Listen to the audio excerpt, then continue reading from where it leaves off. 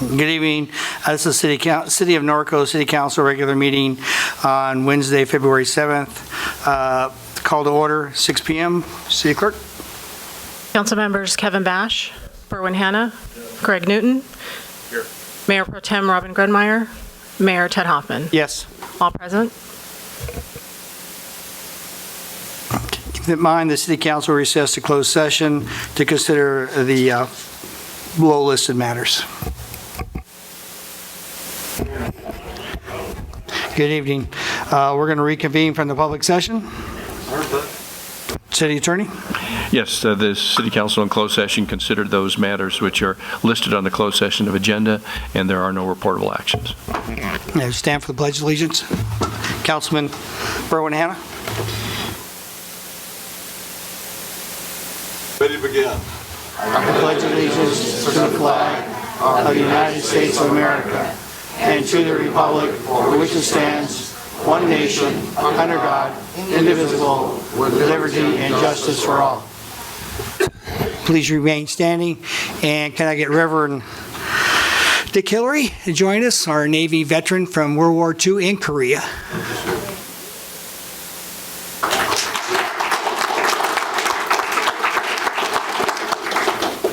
It's a joy to be here, and I think Moses has just brought the children of Israel into the promised land, and then he dies. God now speaks to his successor Joshua, and the words that Joshua receives today are valid as today as they were then. And he says, "Be strong and very courageous, that thou mayest observe to do according to all the law, which Moses my servant commanded thee. Turn not from the right or from the left, that you may observe to prosper wherever you go. This book of the law shall not depart out of your mouth, but you shall meditate on day and night, that you may observe to do everything according to what is written therein. For then you shall make your way prosperous, and then you shall have good success." Father, I thank you that the same spirit prevails in this city. I'm very grateful that you led me here. Here there is patriotic and spirituality that seems to prevail, here far more than in other cities that I've been, and I am very grateful. And now, Father, by the power of your Holy Spirit, I pray that you inhabit in every heart, every mind and spirit, that everyone in the city, especially the leadership, will walk the paths of righteousness in a glorious way, that this city may become a living example of what it is to allow you to be the leader and your word to prevail. Thank you very much, Lord. In Jesus' name, amen and amen. Amen. Thank you, Dick. And for everybody to know, I had the mic off halfway through. You can hear him.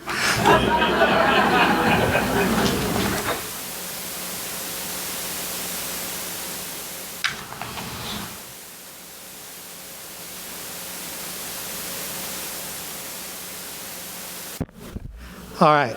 I'm privileged tonight. We have some honored guests with us. And so I'm going to have Gary and Arlene Lewis come on up here and help me out. Applause is good. Applause is good.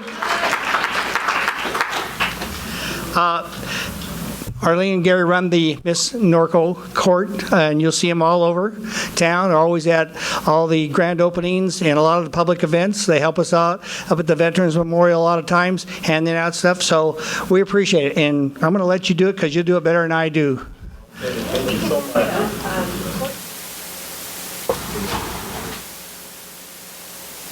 Yeah, it's easier. This. Mayor and City Council, City Manager, and other members of staff, we present Ms. Norco Pageant Courts. Okay, this is Miss Norco Vanessa Diaz, right? All right. Miss T. Norco Briona Parker. She's not here. Miss T. Norco Princess Nicole Tom.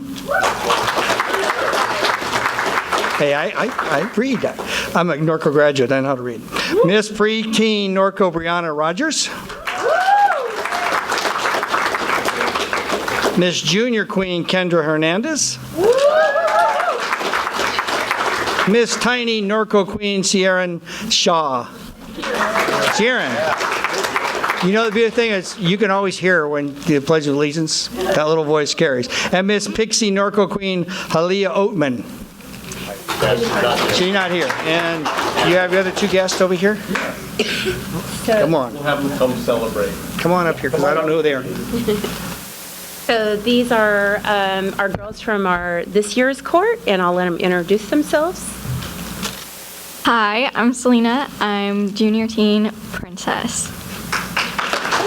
Hi, I'm Kristen Weibel, and I'm your junior teen princess as well. Hi, I'm Kylie Gallardo, and I'm the Miss Norco preteen queen representing Eastville.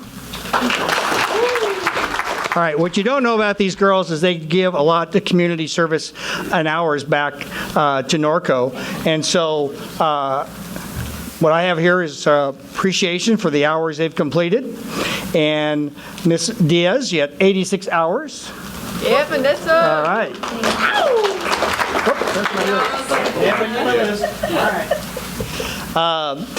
Miss Parker had 61 hours. Okay. Miss Tome had 102 hours. Miss Rogers had 96 hours. Miss Hernandez is 114. Yeah. And Miss Shaw had 57 hours. Good for you. And Miss Oatman had 45. So we appreciate all you guys do. I know you're always there with the chamber and helping them out and everything else, and we appreciate your helping us. We absolutely look forward to the continued growth, and of course, we have our new court for this year, and it's continuing and to grow and expand, and we're looking forward to future success. I think, Mr. Cole, you don't want to say anything? I will. Okay, please do. Please do. Yeah. Okay. I'm going to make this short and sweet. I would like to thank the Chamber for giving us this award. We do all we can to serve you guys. Council? Yes. Council. We do all we can to serve the community, and we're glad that you guys are recognizing us. Thank you. Thank you very much.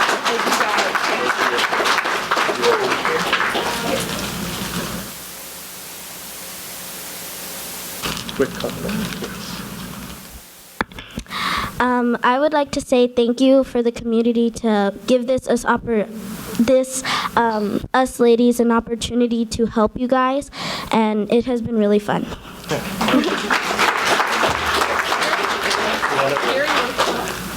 Take a picture moment.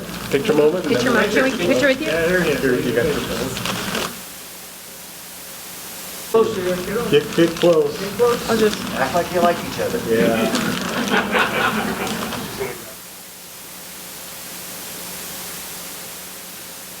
Let's be in there. Oh, yeah. I was trying to hide. Get in here. Dad, grab one with my phone. All right. Oh, she wants us in front of the podium. You guys can. Yeah.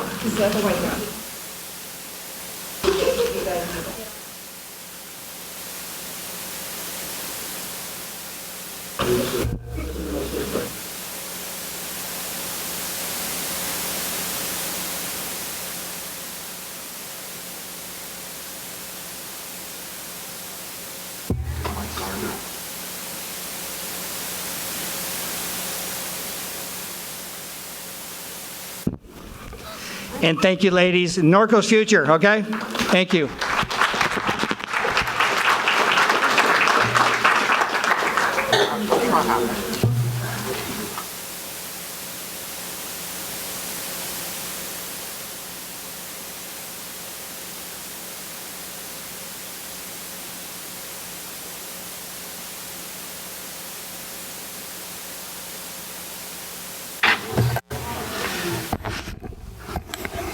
All right, moving right along, City Council business items. City Council communications, reports on regional boards. Greg, we'll start with you. Thank you. Last week, I attended the Chino Basin Desalter Authority Board meeting, and it was fairly routine, no dramatic issues to report. And then last Monday, Mayor Hoffman and myself and Commissioner Boersma attended the Pee Wee Basketball Awards ceremony at Riley Gym, which was fun. Thank you. Kevin?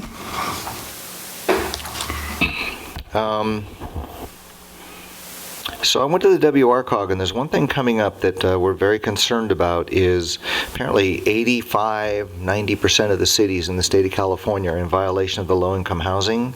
And so there's a couple things working through committee in which they're going to try to force cities to build low-income housing. So maybe I see Justin sitting there. Maybe, Justin, you could just have a look for us and see what that's about. I guess they're in committee right now, but there's a lot of talk, apparently, per the League of Cities, that something's going on to try to force us all to do that. I went to the senior meeting today, and there's a couple of things coming up tomorrow. I hope as many council people as possible can go to the Senior Valentine's Day, which is a lot of fun. If you haven't been to that, it is so much fun. And then for those of you that are 65 and above, or 60 and above, I don't see anybody who's that age here, but you can go for free. The AARP is beginning their tax season where they will do your taxes for free, and it's very popular, and that's a really good thing. Friday, and I think Justin, if he stands up, maybe talk about this. There's a really interesting seminar that Assemblywoman Cervantes is going to be talking about. And then April 19th at Silver Lakes, I sit on the advisory committee for the president of Norco College, who is a great guy. And April 19th, they're going to have a huge fundraiser, in part for the Veterans Center and some other things. But that's April 19th, 2018. And then, of course, Bill's going to talk about Sacramento. And I went to a bunch of other things, but I think those are the highlights. Thank you. Thank you, Kevin. Berwin? Thank you, Mr. Mayor. 2 weeks ago, I attended the RCTC workshop out in Indian Wells, and a lot of it's got to do with roads and construction that we're doing in the county and how they're manipulating the money around to pay it. But right now we're okay with Measure A funds and TUMP funds. But what Kevin was talking about is Bill 1759, and I'll read it, a little bit of it here, that an email I got today on that. People are trying to they're going to introduce a bill that will penalize the cities that don't have the required amount of housing that they're wanting. And the way they do it is if you don't meet your housing requirement on it, they're going to withhold this money that SB 1 is supposed to give people, the cities, for roads and bridges and stuff like that. So keep your eye on it, on Bill 1759, and it's getting a lot of people in an uproar over it, because there is a group going around to get a petition signed to do away with SB 1, which involves a lot of money for roads and improvements and everything. And tomorrow evening at 6 o'clock at Nellie Weaver Hall, the RCTC team will be there with maps of the construction going on I-15. So if you want to attend that, you can go up and find out a lot about the construction on I-15 and what it entails and everything. That's at 6 p.m. That's all I have, Mr. Mayor. Thank you. Robbie? Thank you. So since our last meeting, I was able to attend the unload meeting. We are going to look at slightly restructuring unload. The purpose of unload is to help with drug use and alcohol abuse in our young people in town. And so having 5 or 6 of us older folks sit around a table and talk about it once a month is not effective in accomplishing that goal. And so we are going to be working pretty closely with the high school and the intermediate schools to do more of an outreach approach where we go to ninth grade orientation and meet with the parents and the students separately, looking at being at back to school night and some of those ways so that we are getting to our message to the target audiences that we need to be getting that message to. And so we're kind of in a reorganization phase, I would say. Kevin's on that committee as well. So I'm looking forward to having some progress on that particular committee. We had a really good meeting last week. Saturday, the mayor and I were able to take Dr. Levitz, our demographer, around town and show him what Norco is about and our unique community. And so we spent some time doing that. And then I was also able to have a couple meetings in Parks and Recreation regarding parades in town and upcoming contract with Horse Week. Thank you, Mr. Mayor. Thank you.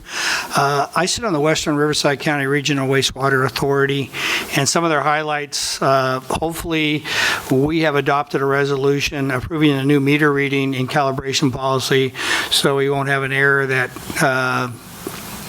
in the past that caused Norco to be overcharged. It's been corrected, we've been refunded, but that's been fixed. Also, the staff is continuing working to aggressively on odor management and are waiting on the AQMD approval to implement proposed modifications on the chemical scrubber and biofilter. They haven't received any complaints in the last 60 days. That's excellent. And just so you know, officially the plant has been completed. It was completed, filed for completion on January 19th of this year, and it is completion of 14 million gallons of plant expansion. So yeah, we can throw a lot of wastewater out there. And then finally, as part of it, the WRCRA received a $500,000 check from the Southern California Edison for anticipated energy savings generated by installing the equipment at the plant. So a good thank you to Southern California Edison for that. As far as my report on LAFCO, if you plan to go to the meeting on the 22nd, don't, because it was canceled. And the rest of it they're doing, it really doesn't affect us. Finally, the Veterans Committee, just a reminder, put in your calendars, March 24th, as part of the Norco High School Gala affair, which is going to start at the high school in the morning, and then about 4 o'clock, we're going to do our Vietnam Commemorative Day. It's going to start at 4 o'clock in the afternoon, run until 6 o'clock in the afternoon, in the early evening, and then the dinner parts and portion of the gala will be over at the 4-H barns. But we're going to commemorate all the Norco High graduates and all the conflicts that have occurred since 1967 when the school opened until present date. So we'll look forward to seeing you there. Again, that's March 24th, and just mark your calendars. All right. Go down to City Council business again. City Council consent items. Ask for any items to be pulled. F. F, Greg? Yes, please. Okay. Anybody else make a motion to approve? Approved and seconded. Motion and a second. Please vote.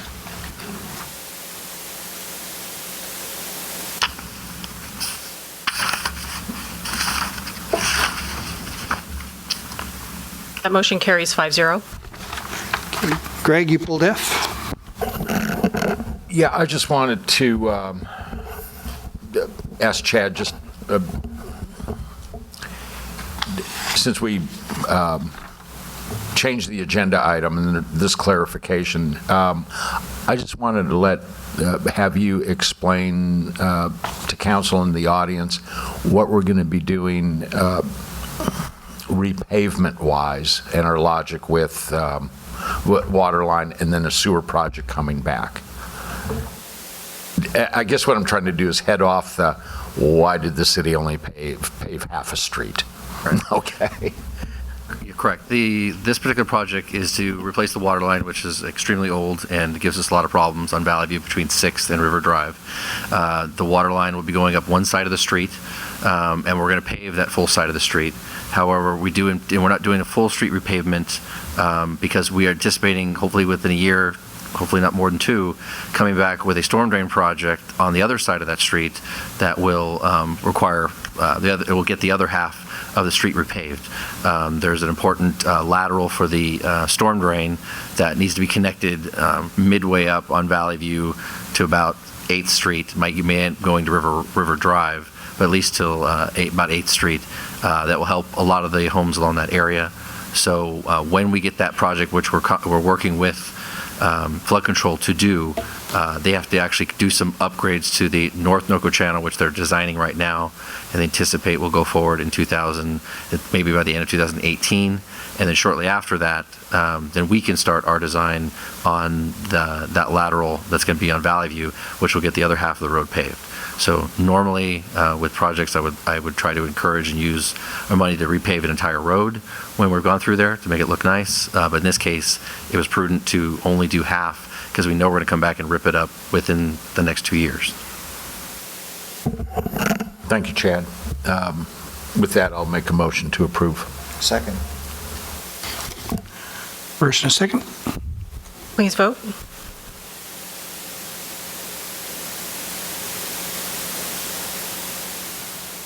That motion carries 5-0. Now is the time for public comments. Anything that's not currently on the agenda. You have 3 minutes. Shall do any cards?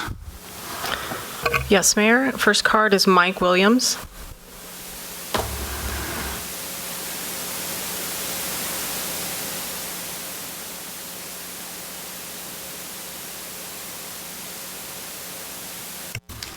Good evening, Mike. Good evening. Thank you, Mr. Mayor, council, city staff. Because of my involvement with the Backcountry Horsemen, I was at the Riverside County Regional Park and Open Space District Advisory Commission meeting last week. That was at the Park District headquarters. The purpose of that meeting was to approve the 274-page comprehensive trail plan. It did pass, but there were suggested revisions via an ad hoc committee. They hired a consulting firm that came in and polled about 400 people within the county of Riverside, asked them about their trail use, if they were hikers or bikers or jogging or walking their dog or equestrians. Out of the 400 people, 2% cited that they were equestrians. That's 8. 0% cited that they were interested or that they would take their horses to the trailhead. One of the commissioners there talked to the consulting firm and said, you know, that seems a little unfair. She said, in 25 years, when we're all gone and the foundation of this plan is in place, if they see that there was 2% usage in 2018 and they're having a maintenance issue and they're having problems with funds, guess what's going to happen? It's going to get kicked to the curb. So they did approve the ad hoc committee, and they're going to make some revisions on that. Part of what I did read in the plan, many of the equestrian amenities were unnoticed by the public. I think where all of this goes is we just, as equestrians, need to get out and do some more riding. I think most people ought to be concerned about that, especially with the Santa Ana River Trail coming right through our city. They discussed that there's 10 phases or sections of the Santa Ana River Trail that have yet to be confirmed from Hidden Valley to Green River. It is going to be an asphalt and DG trail. Obviously, the trail will go over the Santa Ana River via Hamner Avenue. It also includes trailhead parking and restrooms in the city of Corona. 40 parking spaces, restrooms, tie rails, 8 spots for trucks and trailers to park. And again, they don't have all the land needed that needs to be there for this trail. They are at a $25 million shortfall for what they told us. Probably 4 to 10 years from completion. One of the commissioners did ask me if there was an open house scheduled, and she said she made contact with someone on council. So if we have that information, an open house about the Santa Ana River Trail, I think we'd like to know about it, and I think the residents of Norco would like to know about it as well. And that's all I have. Thank you, Mike. Mike, can you share some of that with Brian Petrie from Park and Recs? I don't know what council member got it, but at least Brian will have the same thing. Thank you.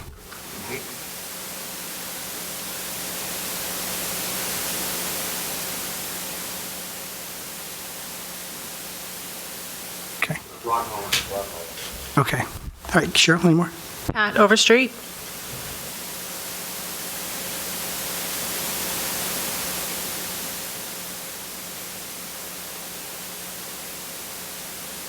Evening, Pat. Good evening, Mr. Mayor and Council.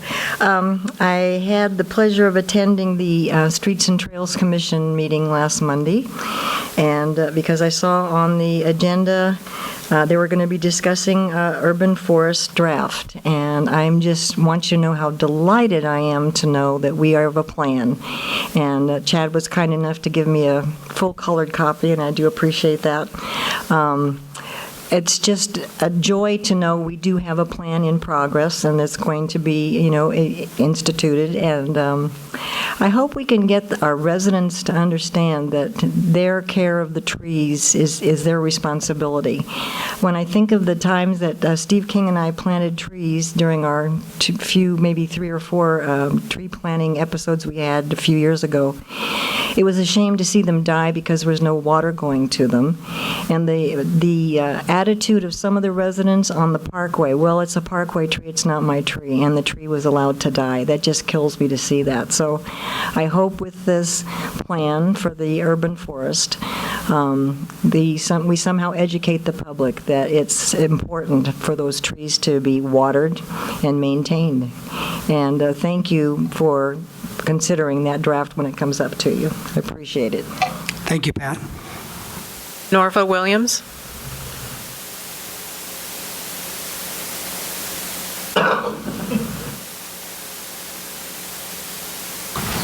Good evening, Nora. Good evening, everyone. Just want to remind everybody, and hope we're going to see you all there. Saturday night is the Norco Hall of Fame Horsetown fundraiser, Sweetheart Dance. We hope to see everyone there. Hall of Fame needs the money. Plus, it's fun. Come on out to Stacy Turner Stables. If you want a ticket, I've got them. What time, Norva? 6? Thank you. If you want me there at 10 in the morning, that's when I have to be there. Mayor, that concludes public comments. Okay. And that would close public comments. Moving on to legislative matters. No new evidence we heard from the public as the public hearing has been closed regarding this item. City Attorney. Just a motion. Need a motion. Move to approve. First and a second. Please vote.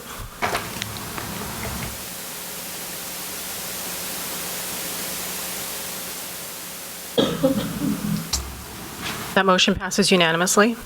Thank you. Moving on, item 6A, discussion action items, a purple update regarding the National Register of Historic Places nomination of the Norconian property. Bill. Good evening, Mr. Wilkman. Good evening, Honorable Mayor and members of the City Council.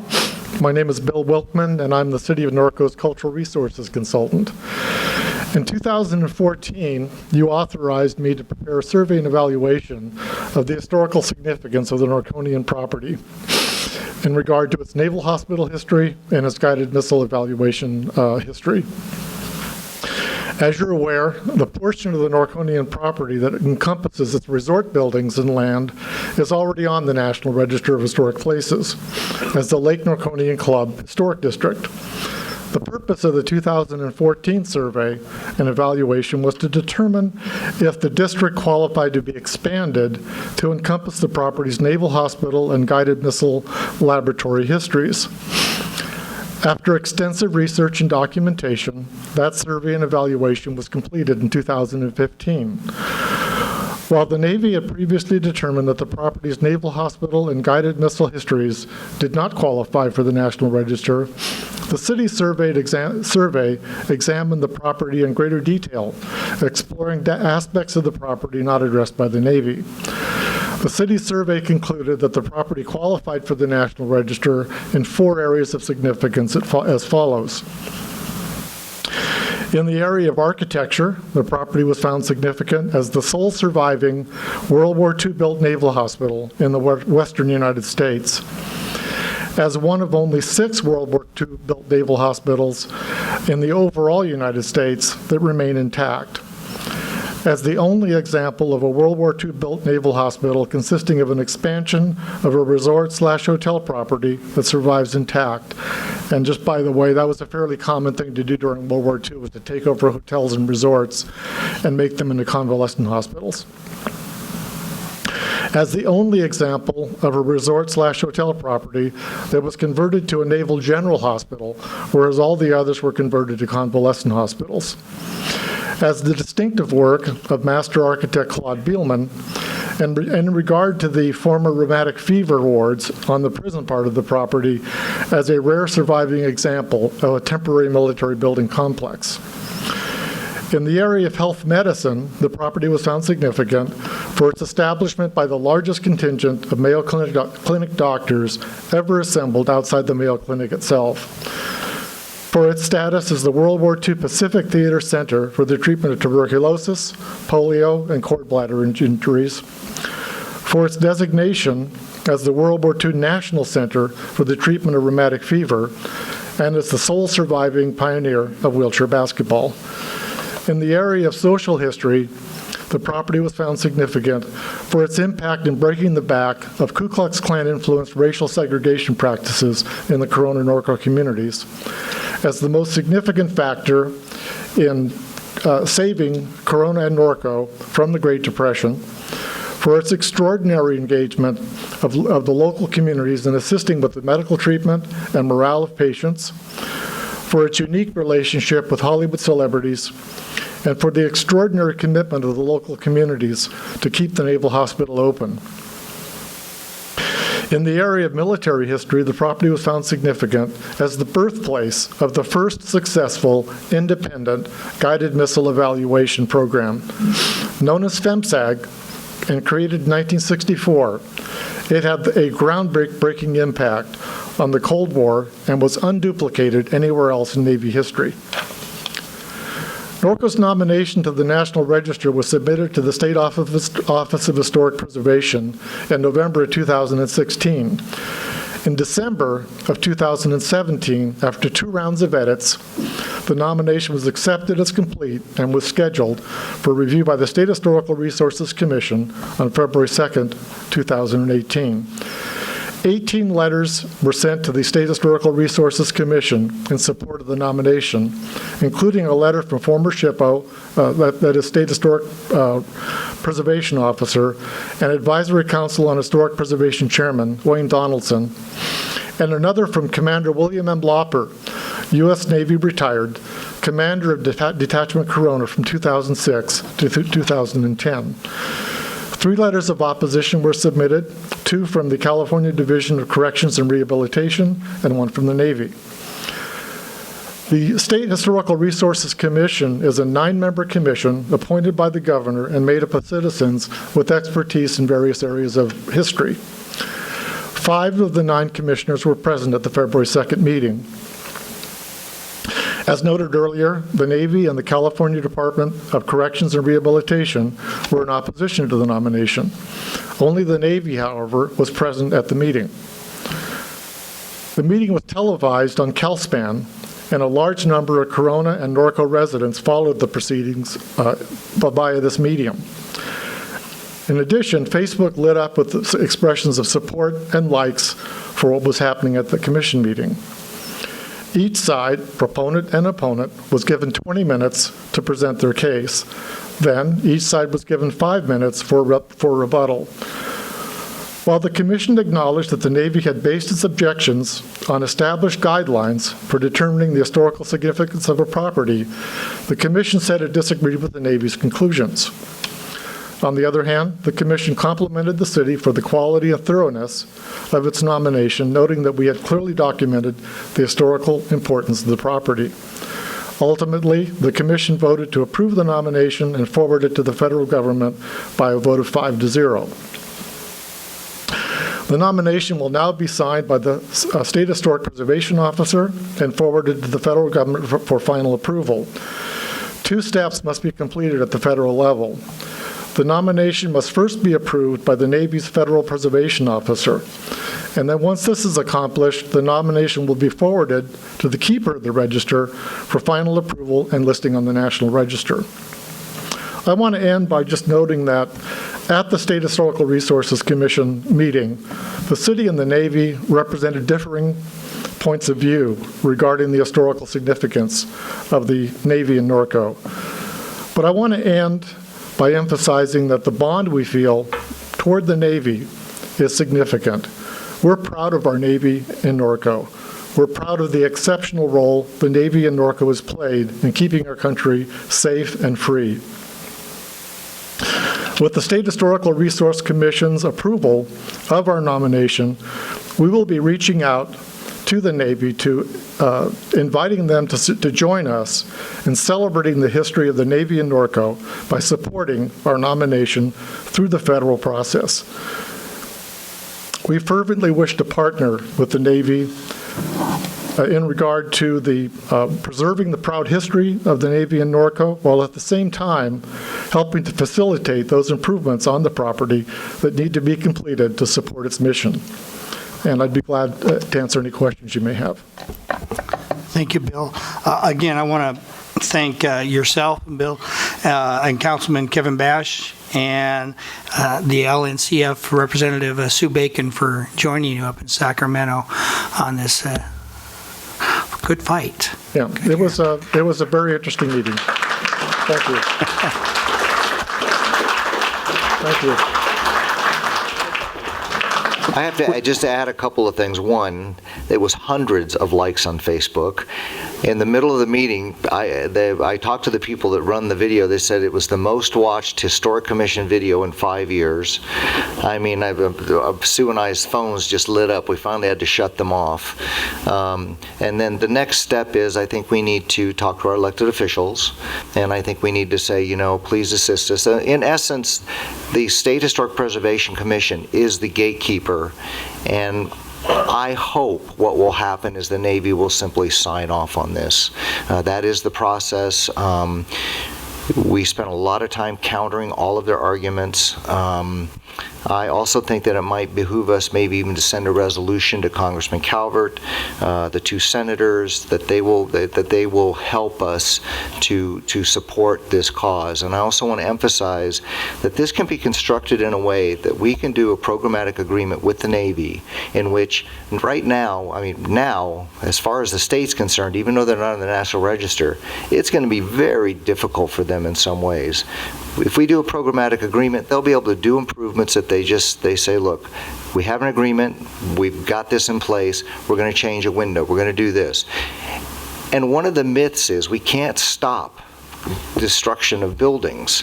But right now, and I see Tony back there, and I have to compliment Tony. I don't know if you've been to the Navy base lately. Tony Winnicke is a director of the 3 bases, and one of which is Corona. That base has never looked so beautiful. It is stunning how good it looks. And he's also a combat veteran, a Marine. Anyway, I think that if we could sit down with the two captains and say, look, this will help you, it'll help us. And if you recall, when we did, I won't get into it, but the Navy at one point found the Norconian not eligible for the National Register. We as Norconians paid $2,000, we got our own agreement, and because of that, they got a lot of money to fix the pavilion.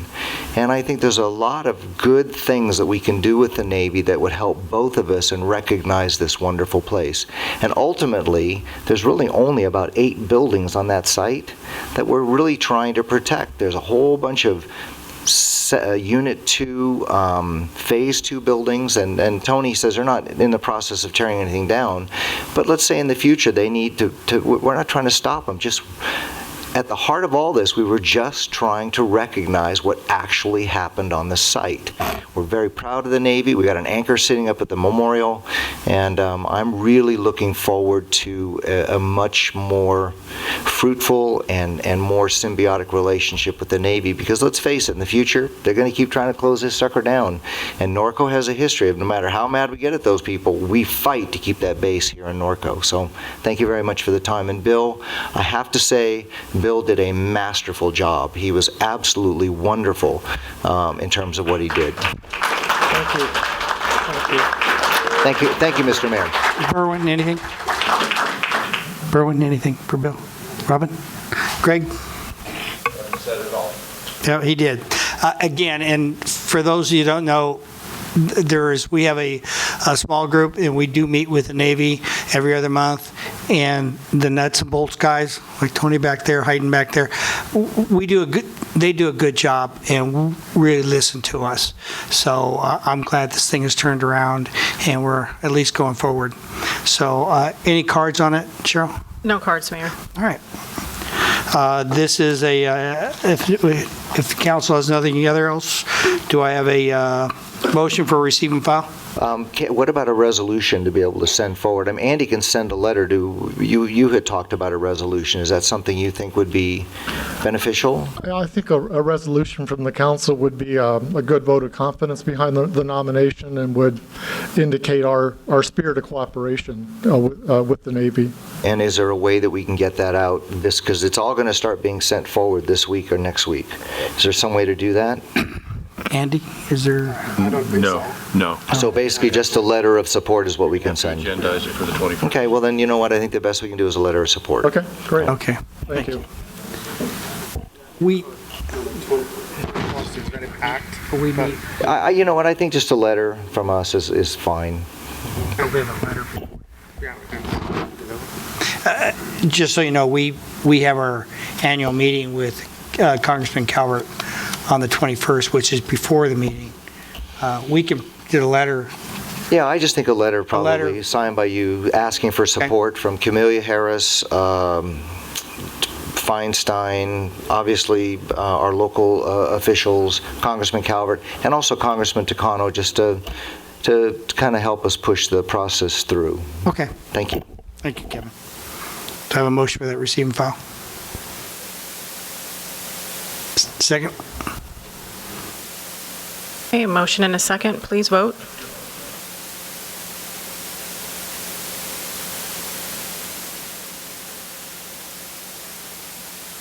That motion passes unanimously. Thank you. Next is the 6B, status report regarding operational funding for the Norco Horse Week Parade, Norco Fair Committee Labor Day Parade, and the Horsetown Parade of Lights. This will be you, Mr. Petrie. Thank you, Mr. Mayor, members of the council. We met with our business committee, Mayor Hoffman and Mayor Pro Tem Grumeyer and staff, along with 3 representatives of the 3 traditional parades that have gone on here in Norco. As you can see, the Horse Week Parade has been more than 50 years. The Norco Fair Parade is more than 70 years, and the Parade of Lights 14 years. So over 130 years of parades altogether. One of the discussions that I think was important that came from the meeting was really about the history and cultural benefits that we receive from those 3 particular parades and how they become part of the community.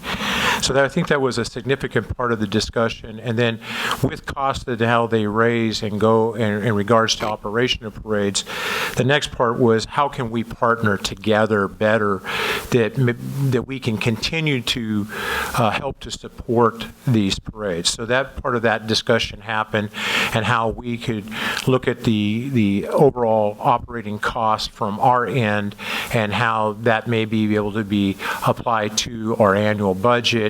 They would then handle the operational part of the parades and the mechanics of the parade.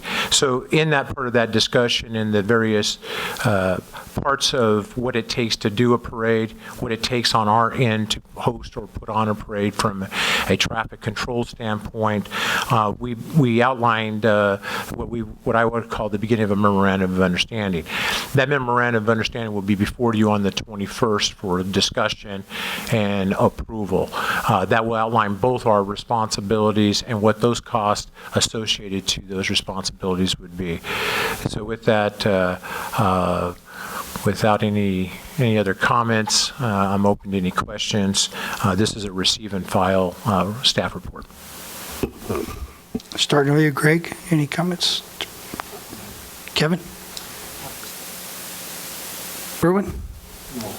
Robin? No. Do you have any cards on the matter, Cheryl? Yes, Mayor, I have one card. Pat Overstreet.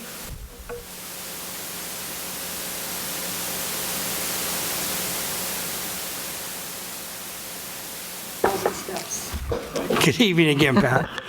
Hello again, Mr. Mayor and members of the council. Well, yes, as Brian said, our first parade was 1948, with 70 years of parades. As parade chairperson, I can speak for our committee. We encourage you to hopefully continue with the parades. They're much enjoyed by literally thousands, not only on the parade route, but at the last Parade of Lights, we had by count 947 participants, either walking or on a horse. A lot of people in town really enjoy the tradition of it. And if you recall, there was quite a stir when we said they couldn't throw candy anymore. Can you imagine what the public would say if we say there's no parades? We don't want that to happen. So I'm hoping we can go forward with them. Thank you for your consideration. Thank you, Pat.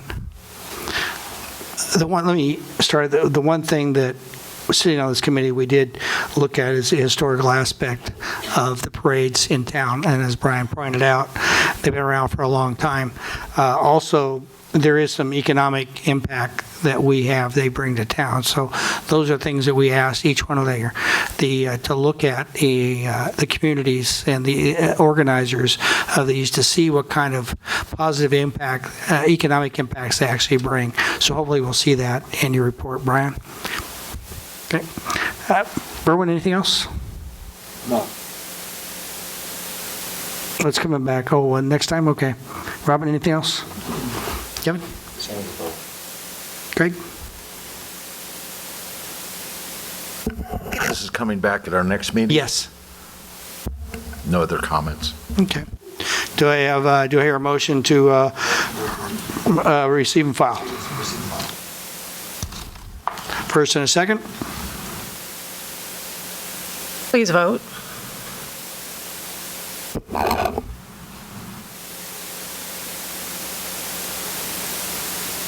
That motion passes unanimously. Okay, moving on to item 6C, debriefing regarding the Norco Free Dump Day event at the George Ingalls Equestrian Center. Chad, that'd be you. Thank you, Mr. Mayor. Overall, this event was, we thought, historically we've done dump days. We have an agreement with the Riverside County Waste and we're actually one of the only cities that have that, where we get 2 free dump days at the landfill. Residents can go directly to the landfill and dump as much material as they need, and it's for free. Those events have been sparsely used, some years better than others. One of the constant complaints that have been of those is the long waits to get in and also to get out. And this year we took a page from other cities and an encouragement from Waste Management to do a test run doing a local event. We have done in the past as coordinating staff, but we try to do one again this year to see if it would be well received and effective, so we can have our residents continue to stay locally to dump the materials they want, the bulky waste, and rather than driving to the landfill. We did conduct that event. We did it at George Ingalls Equestrian Event Center, working with Parks and Rec staff, Public Works, and Waste Management. Waste Management donated the vehicles and the drivers to do that. Again, this is not a service that's currently in their contract to provide to the city, but they wanted to test this out to see if this would be something that would be beneficial to the city, so they did donate that time on that process. Overall, the event was very successful. We learned a lot in that process and things we'd want to improve as far as additional signage out on the street to direct people where to go, etc. We need to do a little bit better at trying to get volunteers for the entire period. We did get about 13 volunteers total. But they had to leave at different times, and so when you lose your volunteers, it becomes difficult as far as to move the lines along to get those materials in the bins and get the cars moving. Residents are required to to remove the materials themselves. However, the volunteers really help because we do have a lot of folks who physically would have trouble moving them or maybe can't throw them as fast as we'd like to get the lines moving. So in the future, if we do these events, we would do our best to continue to get volunteers, but we would have backup as far as using city staff to ensure we had people there the entire event to make sure from beginning to the end, including cleanup afterwards, that we return the site to its original condition and exit, because there's always a lot of other events that coming after these types of events at George Ingalls Event Center that are occurring. Overall, with that, if we're going to be using city staff, there is an expense to that in bringing that forward. It's not substantial. We've guesstimated for each event, if we did these twice a year, it would be about $3,000 event if we just use strict city staff. Our goal, if we do these events, is really try to get as much volunteer activity as we can, and as far as what guarantees we can as far as how long they'll be there, and then fill in staff accordingly to accommodate that. It is our recommendation that the city does go forward with these events in the future locally. I think this residents really appreciated it, not having to go local, and it was well organized, and it's a benefit. It will require an amendment to the current waste management franchise agreement, because this is not included. They indirectly have indicated that they don't anticipate charging for it. They don't actually charge for the same service they provide to other cities. It's considered a good faith measure that they provide to the communities that they serve. So they're looking at doing it the same. What they would ask is that we make sure that we coordinate every year with the Riverside County in making sure that when these events occur, that they're not charged at the landfill for dumping the materials, which is what we did at this event. So they provided the service. They weren't charged when they brought the materials. So in the end, they're providing an additional service to us for free, as what would occur if and when we amend their waste contract to state that these events would be conducted by Waste Management.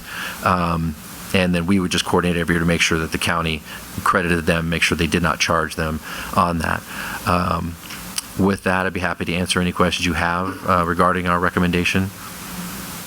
I just have one. What date are you anticipating for or looking at? Are you talking about spring and fall, or? Yeah, normally we've done them in around April and sometime September, October. We haven't finalized the dates this year yet. I'm in that process right now in determining dates and working with Patty related to finding the dates that are available. But we're looking at April, maybe late May for the first event, and then sometime in October for the second event. Okay. Greg, anything?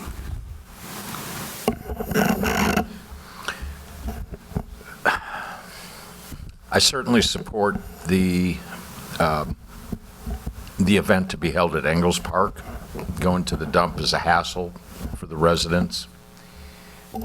But I have a concern on, because this last one I thought was real successful, and Brian and Ted worked really hard on it. To supplement it with city staff at an approximate cost of $3,000, and this is twice a year. Right. Somewhere in the back of my mind, when Linda Dixon and I were on the ad hoc committee to deal with the fiasco when we renewed the waste management contract. So don't hold me exactly to these numbers, but it's somewhere approximately $200,000 a year is to be brought back to the community.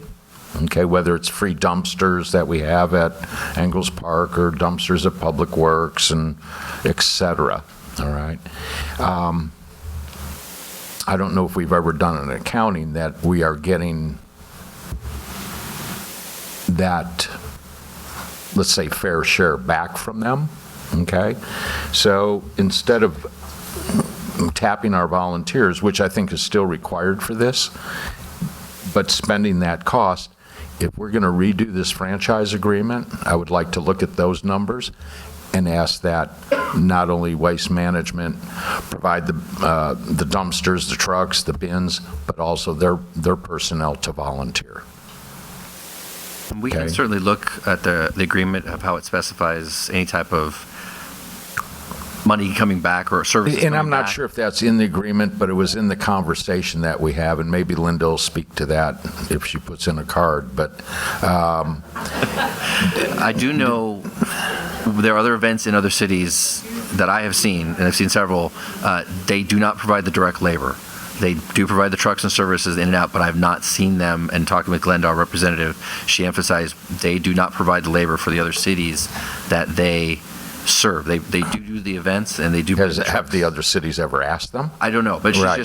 she's just pointing out that they don't normally do that for liability purposes, picking up materials coming from a third party that's not in a, again, they grab bins. But they have drivers and trucks, there's a liability, so. We'll check, I but will again. be more than glad to argue that with them. Sure. Okay. And then just for grins, since you all watched, before the Super Bowl last weekend, you watched the Phoenix Open, sponsored by Waste Management at $1 million a minute.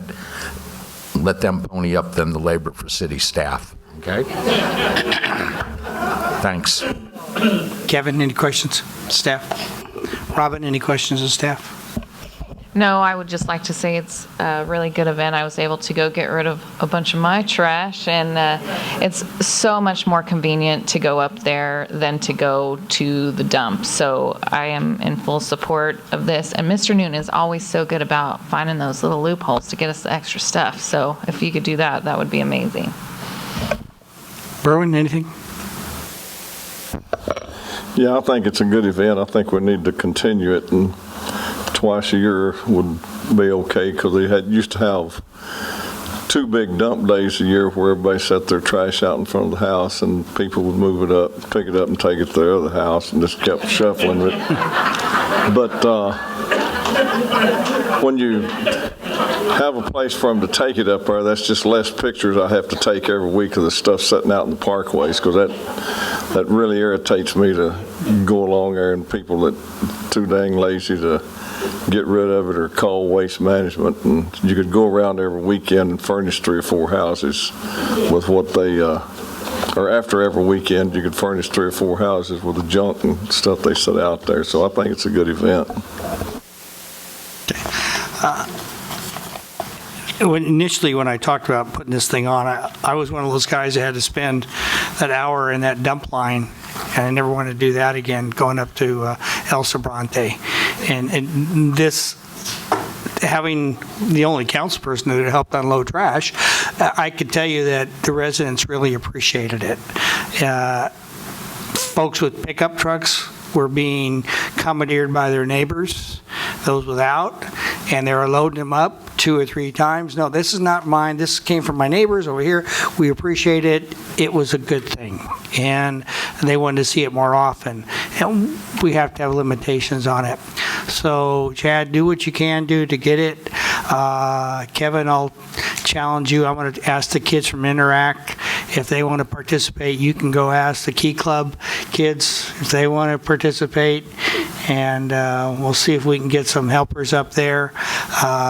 We also... What's Interact again? What is that? Yeah, it's a little it's tiny, been a longer, teeny weeny... Yeah, it's been a longer existence than Key Club. Got to ask Andy, too. He's also a Kiwanis. Okay, all right. There it is. Rotarians. You can't live with them.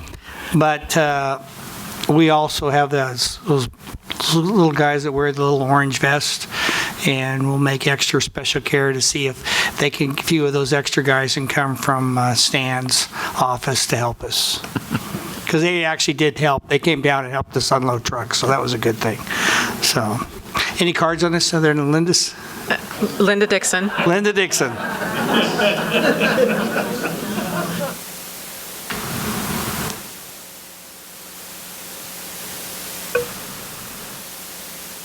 Thank you, Greg. Yes, I was on that ad hoc committee, and it was quite an eye-opening process that we did go through.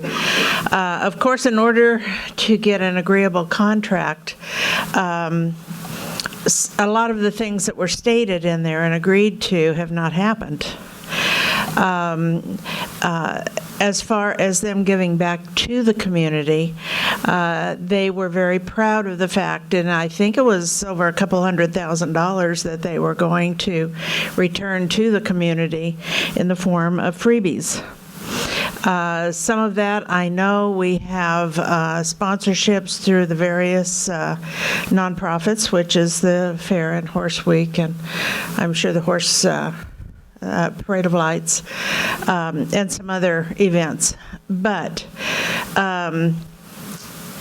if you go back through the contract, the way it was agreed to, you will find that they're very short-sighted upon completing some of their guarantees. And I've thought that for a long time. And one of the things that they were going to do was to meet at first quarterly and then annually with both the ad hoc committee and the city. And we were going to go over each point. And we were going to make sure that their end of the bargain, they held up to their end of the bargain. And to my knowledge, I have never gotten that first call for that first meeting. So there are things to be to look at, and I think that the city could gain a lot by reviewing some of the actions that took place in that committee. Thank you. Thank you, Linda. No more cards on this More item. cards. Bringing it back to council. I know Councilman Newton and I do sit on the waste to energy program, and that'd be probably a good time for us. We could talk, Greg, about them keeping their part of their bargain on that in the near future. So with that, any further comments, Greg? Kevin? Robin? No. Ruben? Oh. You need no action? Well, he wants to provide direction. Yeah. Okay, you got enough direction? All right. Motion to receive and file. Or we need one? You don't need one, Cheryl? Nothing? No. All right, we're good. All right, moving on to why most people are here, public hearing. Regarding public hearing number 5 regarding potential district boundaries relating to transition from at-large to district-based council member elections. John? This is the, oh, I'm done, thank you. Guess not. This is the 5th of the required statutory 5 public hearings. Doesn't mean it has to be the last one, but the statute, in order for a city to change to districting, is required to hold at least 5. There has been input provided, as perhaps you've seen by looking online. There are no additional maps to consider to be commented on since the town meeting in Nellie Weaver Hall, but there has been substantial input received since that time, including the tour that was taken through council members.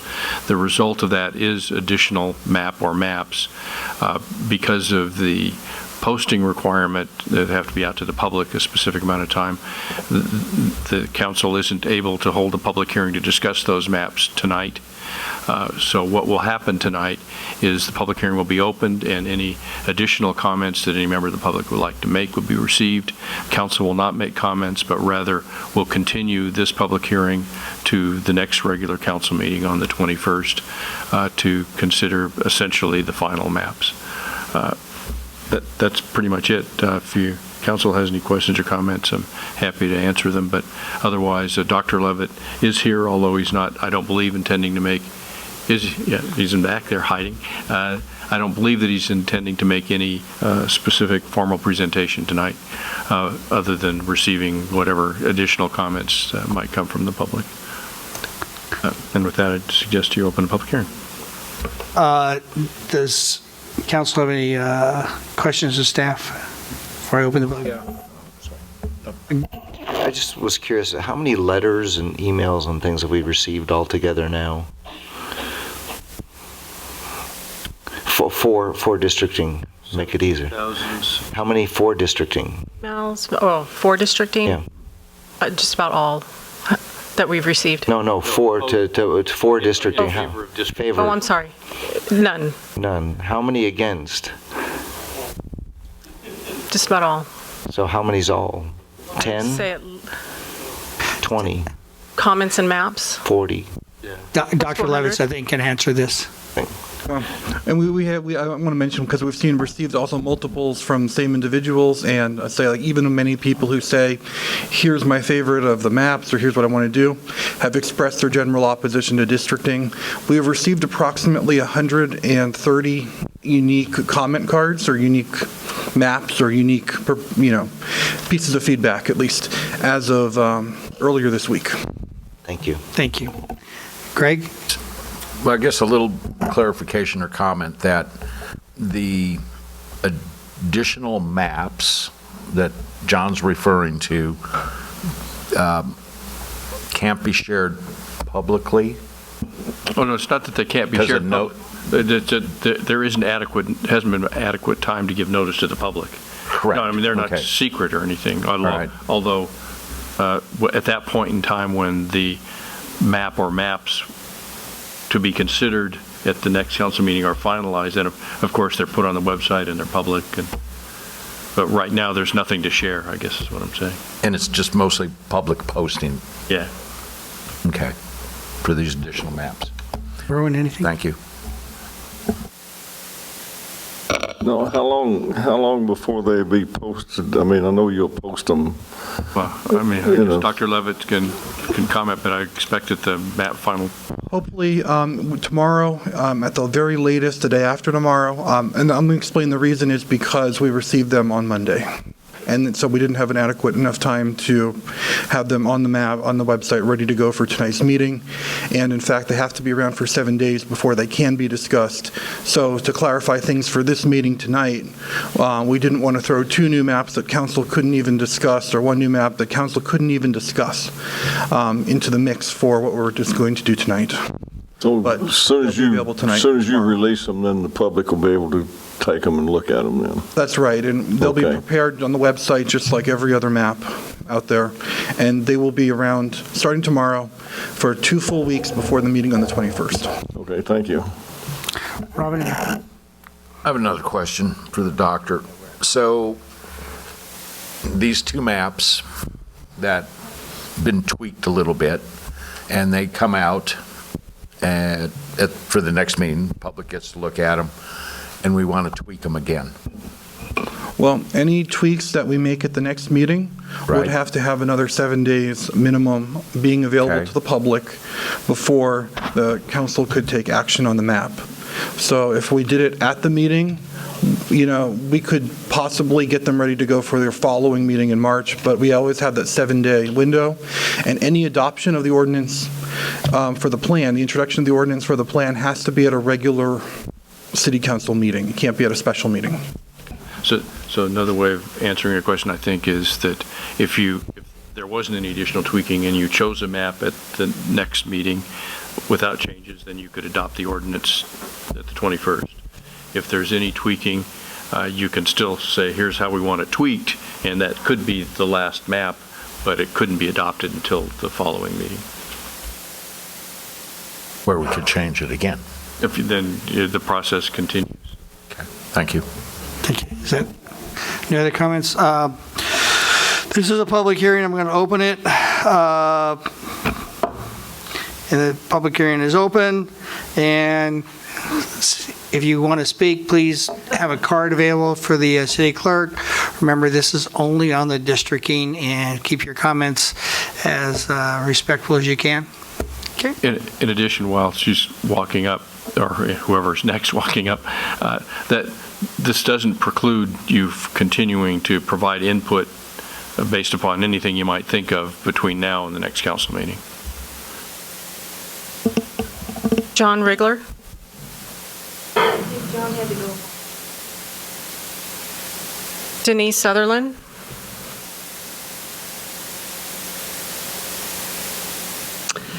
Good evening, Honorable Mayor, Council, staff. Good evening, Denise. Everyone else that's here tonight. Thank you for the opportunity to voice my opinion on our topic of districting. So, as most of us are aware, our city is under attack from an attorney in Malibu, Kevin Shankman, who is threatening to sue our city of Norco if we don't succumb to his acts of terror extortion and vote in this thing called districts versus our at-large ability to vote for city council members. I've been wondering about Mr. Shankman. I see he has seized an opportunity to benefit only himself under the guise of helping minorities. I've met many people like him who stand on their soapboxes shouting the rights of others when their true intentions are only to pad their own pockets. My previous employer had a mantra of, "We're helping the underserved." He could have cared less about the underserved while he lived in his 10,000 square foot home with an elevator and cashed those checks for all those loans. And he ended up losing his 40-year-old mortgage company in 2015 purely because of greed. So how does a patent attorney with no background in election law become one of the driving forces behind a push in Orange County and throughout California to force more minority representation on city councils and school boards? Pretty much by chance, says Kevin Shankman, who in recent years has joined a small cottage industry of lawyers and advocacy groups suing jurisdictions under the California Voters' Rights Act, also called the CVRA, of 2001, which makes it easier for minority groups to prove they are disenfranchised under an at-large electoral system. Among other questionable provisions, the CVRA includes incentives for lawyers to sue by allowing successful plaintiffs' attorneys to recover their fees from the defendants, while preventing successful defendants from doing the same. For activist groups and ambitious lawyers, the CVRA is a risk-free scheme. But for local governments, it's a no-win scenario. They must pay their own legal fees, win or lose, and if they lose, they must pay the legal fee costs, often exorbitant, of the other side. Shankman admitted to extortion local governments in an interview with Voice of Orange County. That's all true. Take advantage of easy targets. Yeah, there are a lot of easy targets, but they should change. If they change their election systems, I wouldn't need to have the opportunity to sue them. There are only two ways to stop Shankman. One is to meet his challenge in court. The court could theoretically toss out the California Voting Rights Act for vagueness, since its standards are so low that it allows virtually any candidate to challenge an election loss as racist. That leaves one last recourse, the state legislature. The communities of Southern California could approach their elected representatives, Democratic and Republican, and ask them to amend the CVRA to require higher standards of proof of racism, or at least to remove the monetary incentives that reward lawyers like Shankman. So whatever you or we decide, Council, we are behind you. Now that we know what we're dealing with, let's stand united and move in the direction to save Norco and all that it stands for. Thank you. Thank you, Denise. Connie Thompson.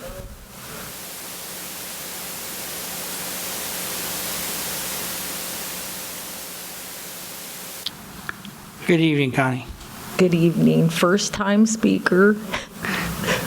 Deep breath, you'll be fine. I know. Well, I just wanted to say that I'm totally against this, the districting voting, but if I have to do it, I would like to see one council member in each district so that we could have that. And I also like the idea of having two. I like the green map. I like having two council people for the riverbed. I just think that's a better way to do it. Thank you. Thank you, Connie. Norva Williams.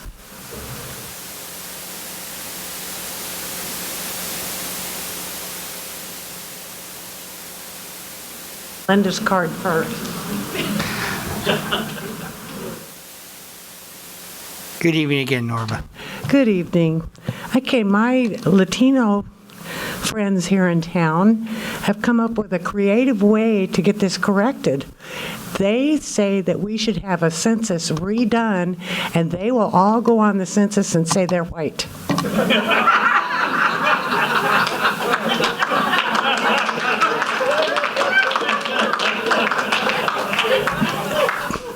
these friends are all as upset about this as we are. But I didn't really want to start with that, but kind of got led into it.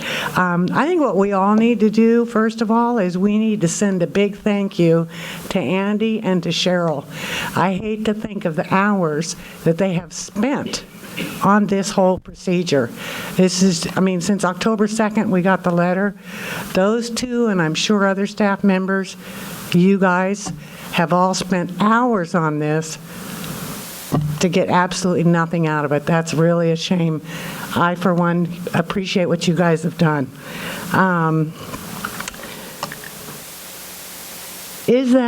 How can we get off of this Ferris wheel through the census system?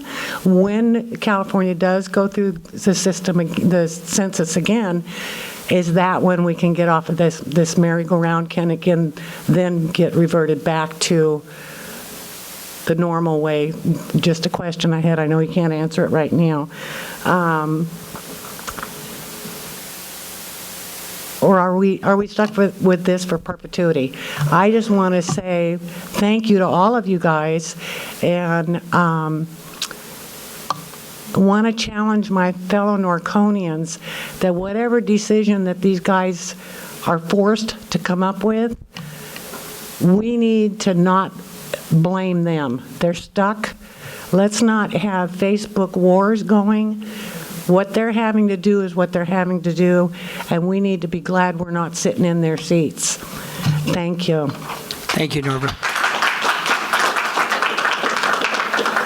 Kathleen Kramer.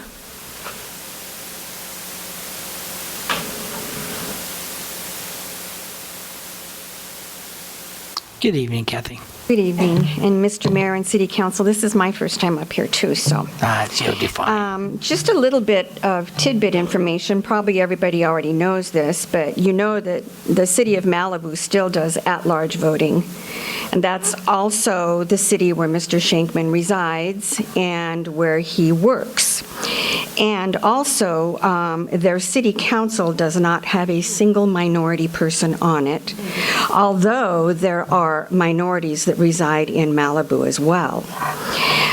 Also, a little piece of information I picked up today on the computer.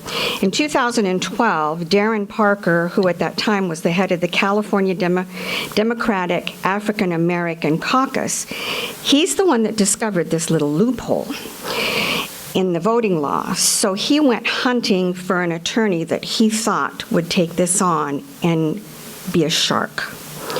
And he found a little article about Kevin Shankman, who happened to be a young attorney who sued Panda Express because they failed to list the chicken broth that they put in their vegetables.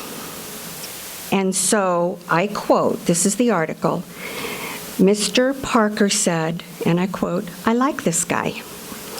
And that's how Kevin Shankman became involved in this, all over chicken broth.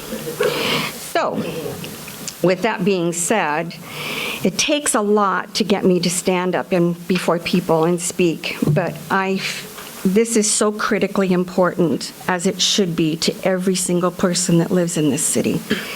The U.S. Constitution, Amendment 15 reads, "The right of citizens of the U.S. to vote shall not be denied or abridged by the U.S. or any state or account of race, color, or previous condition servitude." I would think that our Constitution overrides any law that may have been written later. I believe that placing this city into districts is going to directly affect my rights to vote. What if I don't want the person or persons running in my district? Do I lose my right to vote?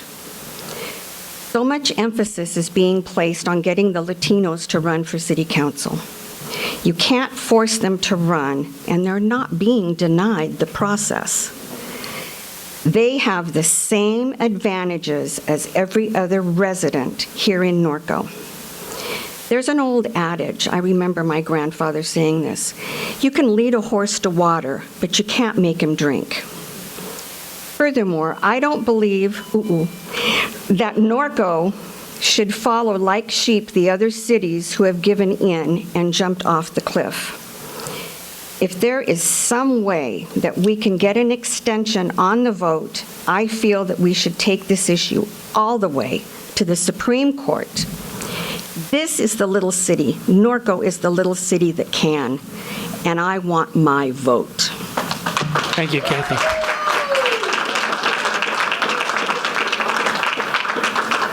Jeff Kahan.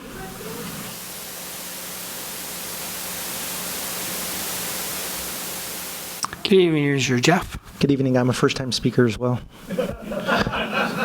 Tonight. Okay. You've heard me about 4 times talk about how I'm adamantly opposed to this, so I'll dispense with that. Let's talk about the maps. Didn't realize we got 2 new maps that we haven't seen yet, but for the 5 that have been published, only one of them has my neighborhood in the district that I think it belongs in. I live in Remington Estates. I'm right across from the new Norco Village. Green map is the only one that puts us with the rest of the bluffs. And for the 19 years I've lived here, I've always told people I live in the bluffs. If I'm not in a green map district, I'm not a bluff person. I'm going to be in the district with Rodeo Burger, which doesn't make any sense to me because that's not our geography, that's not our culture. So if you have 2 new maps, and I guess it sounds like they've already been drawn, but if there's any more tweaking and if these new maps don't have that, I would ask seriously as a bluff person, since no disrespect, but none of you live on my side of the freeway, so the input that I'm trying to give from my side is that I believe it's important for that bluff area to be contiguous. And that includes the Remington Estates and the peninsula. Because in whichever map we're in, my neighborhood and the peninsula stay together, whether we're on the green map in District 1 or whether we get moved to the other 4 maps in District 3. But the way District 3 is drawn in multiple ways, I just don't feel like that fits our neighborhood. So please consider the green map, or if you're going to do these 2 new maps, whether they have our neighborhood and the peninsula in the bluff district or not, and you consider doing any other tweaks. I understand if you want to tweak the boundaries over by Pedley or Corona or Temescal or wherever, but please consider that my neighborhood, which is a bluff neighborhood, and the peninsula, that we be kept with our bluff neighbors all the way up through Shadow Canyon, Alhambra, all the way up to, if not at least including the Hamner Bridge. I believe that we share that commonality of being the bluffs and the river area. So green is my choice if we have to do this at all, which of course I don't want to, but if you're looking for input on maps, I would ask for that consideration. Thank you. Thank you, Jeff. Pat Overstreet. You coming, Pat?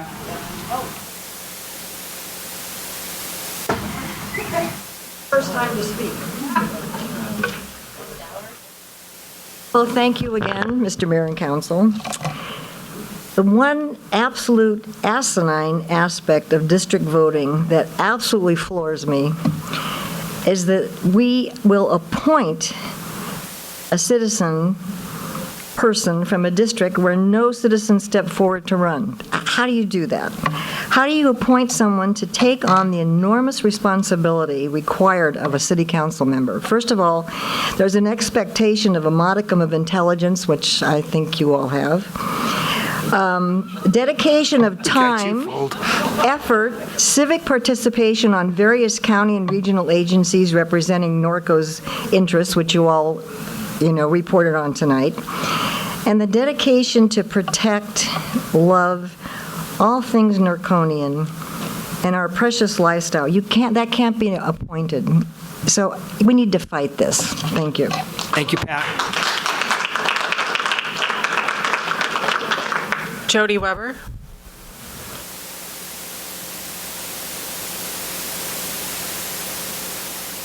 Good evening, Jody. Good evening, Mayor, Council. Kevin stole a little bit of my thunder earlier, but 100% of all the individuals that I have heard from throughout the course of these hearings have been against a district-based election system.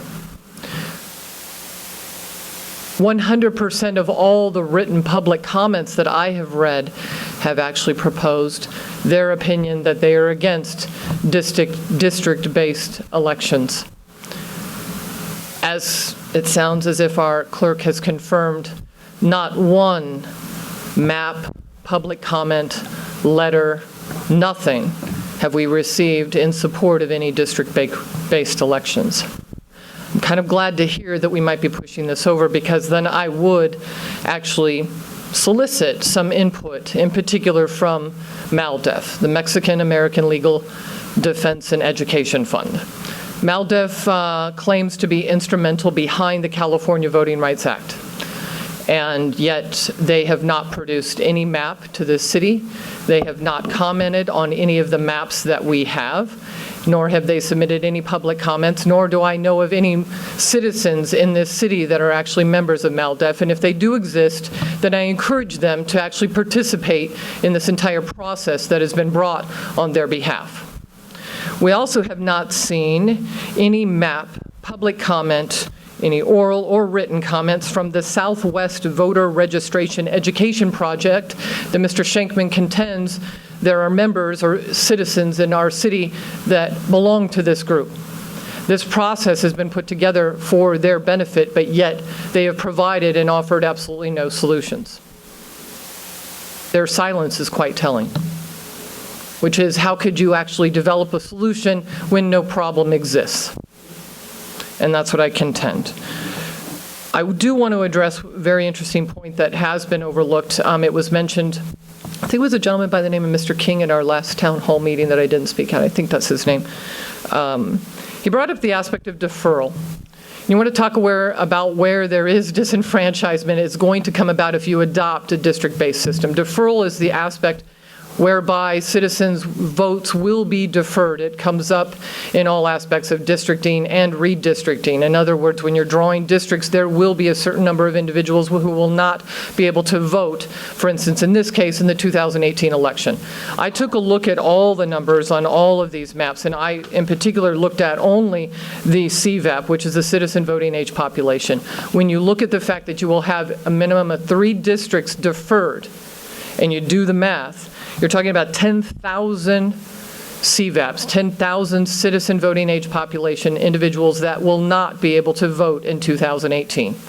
That is more than half of the 16,699 individuals of citizen voting age population in the city of Norco whose votes will not be counted in 2018. And I think that's a significant factor that this council needs to take a look at. Once again, I appreciate, I had some other comments, but you're not going to vote tonight, which is fine. You know that I am against it. But I will pose the question that I posed in the beginning, which is, what amount of money will you spend to save this charter and this city? Thank you. Thank you, Jody.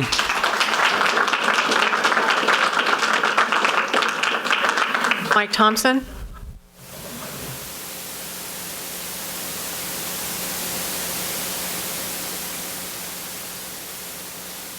Good evening, Mike. Connie did fine, by the way. Pardon me? Connie did fine. Oh, yeah. Okay. Thank you. Thank you. Yes, along with Jody, as much as I don't like this districting thing and the part of the finances, the fiscal responsibility that you all have for the city, one thing for the city attorney at the last meeting, and Nellie Weaver, social media, the number being thrown around for Palmdale has been 4 million. But Palmdale, if you correct me if I'm wrong, spent almost $7 million in losing the fight.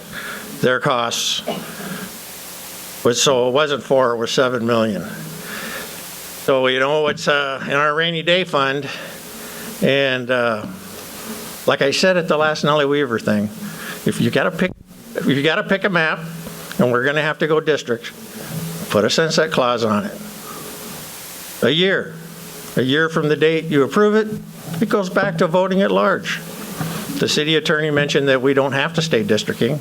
Maybe in this year's time, this whole process will go to a court other than a California court, and it'll be resolved as it should be. But in a year's time, we go back to voting at large. So, $7 million. Like Jody said, how much you're willing to spend to fight as much as I'd like to. I don't know that we can afford it. Thank you. Thank you, Mike. Denise Fontaine Shoemaker.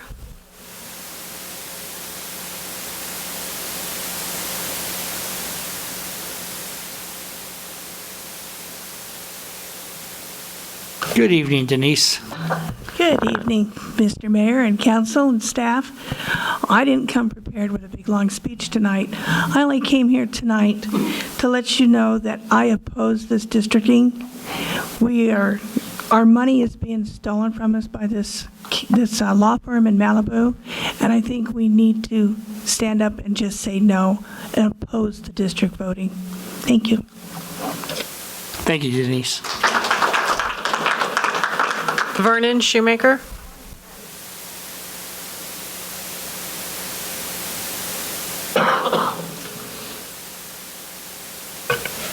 Good evening, Mayor. Good evening, Vern. Council. I oppose to this because you don't pay a crook, okay? If you pay a crook, you're going to have more crooks. I just don't want it. Thank you. Deborah McGrath. Karen Leonard.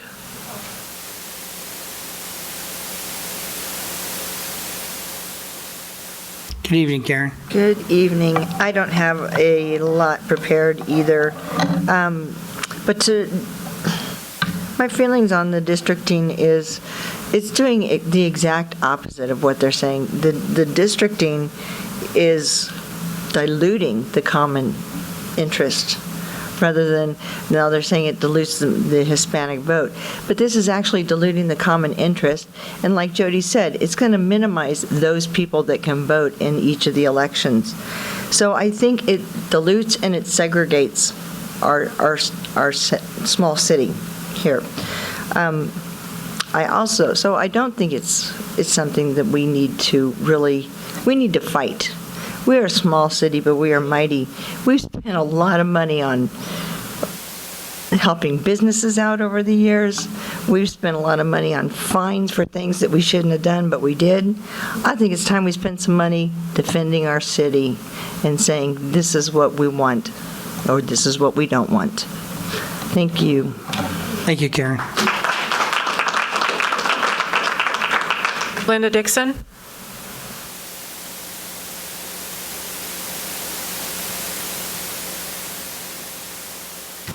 Good evening, Linda. Good evening again. I would like to commend Jody. The woman is absolutely amazing, and I think you should take her words to heart. She's nailed it. I would also like to make 2 additional points. For the last about 15 years, I've been involved in a couple projects that no one thought would come to fruition. These projects we're now calling the David and Goliath. We've seen the fruits of our labor this last week in Sacramento.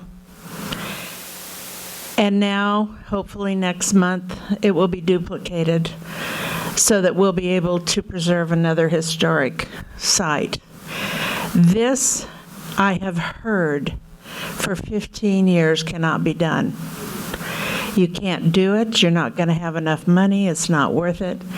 And it is. So I think that we are the little city that can. I would also bring up another point. Our elected officials in Sacramento has done us no good. This should have been stopped in Sacramento a long time ago. Our elected officials, Cervantes and Roth, for the most part, she goes around and gets a lot of photo ops. What has she done? She's raised the gas tax. She has fought us on so many things for this little community. She should be up there. She's proud of writing bills that don't involve people who are really legally able to vote for her. So step up, help the community, help the people that really put you in office, and do something. This should have been stopped in Sacramento. This could have been, and this man could have been put in place where he needs to be. I would suggest that the city's citizens of this community write to our representatives in Sacramento and ask for their help. Not that you'll get it, but we should expect it. Thank you. Thank you, Linda. Kurt Knox.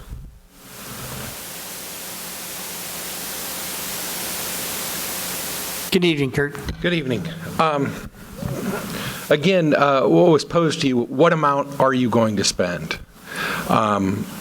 We are in a no-lose or no-win situation, as mentioned by other speakers. We fight this and we win, it gets appealed. We have to pay a lawyer. And when we fight this, we have to find a lawyer that's willing to fight as hard as we are. I am not in this fight. Ted, you're not going to go to court and fight this. A lawyer that you hire will fight this. Will he fight as hard as you want him to? We are putting our trust in a lawyer to do this. So what amount are we going to spend once it gets appealed? Once we win? After appeal, even if we win, we still have to pay this lawyer. If we lose, we pay our lawyer, and we pay the other people's lawyer, and we pay fines. Now, I know when you are financially destitute, when a person is financially destitute, they are compromised. When a person is financially destitute, they might take overtime instead of watching their boys' ball game. When they're financially destitute, they might not go to Thanksgiving dinner. They might go to work instead. When a city is financially destitute, they might not pay for parades.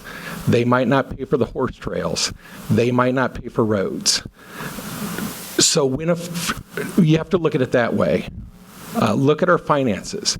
Because if we're broke, Norco will, the roads won't be there, the parks won't be there. The money comes from somewhere. So even though you don't like it, even though I don't like it, this lawyer is going to get paid if we fight him. So, pick a map and do it quickly because the time is running. I believe the clock is starting now. Is that correct? We're getting close, yeah. We're getting close, okay.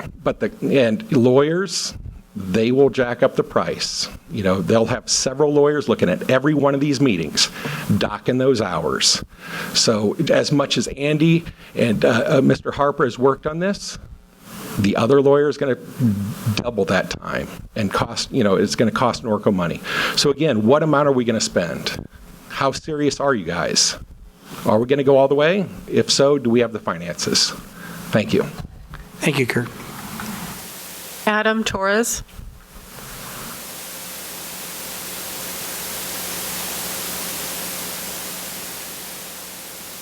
Good evening, Adam. Good evening, Mayor and council members. This is the first time me being here at a meeting. I just moved to Norco, and from the sounds of it, I wanted to find out what was going on, and it seems that I'm the minority, right? But no way do I feel unrepresented. I feel represented. I actually do live on the southwest side, over by 2nd and Park Ridge. I just moved there. I moved there because this city is well represented by you guys. You guys do a great job the way it is right now. I don't think me or any of, I'm going to say my people, but Americans are my people. I'm not being represented. I think you guys do a great job. I think you guys ought to fight this because this is just wrong. They're using race and whatnot for their agenda, and it's just wrong. And then I think that you guys should go all the way and fight it. The best you can, because it's wrong. And that's all I had to say. I feel like I had to say something. Thank you, Adam, and welcome to Norco.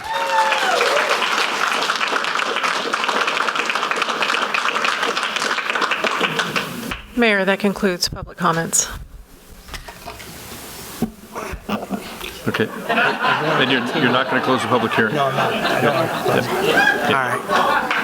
All right. And just as a reminder, because of how we're doing this, that there will be no comments from the council tonight because the public hearing remains open. And we'll continue this with the public hearing open to the 21st. And that is done so we don't have to go through this renoticing and actually delay it in time. So we will keep this hearing open, and we will continue it again on February 21st. Okay, keeping it open on that. With that, we'll move on.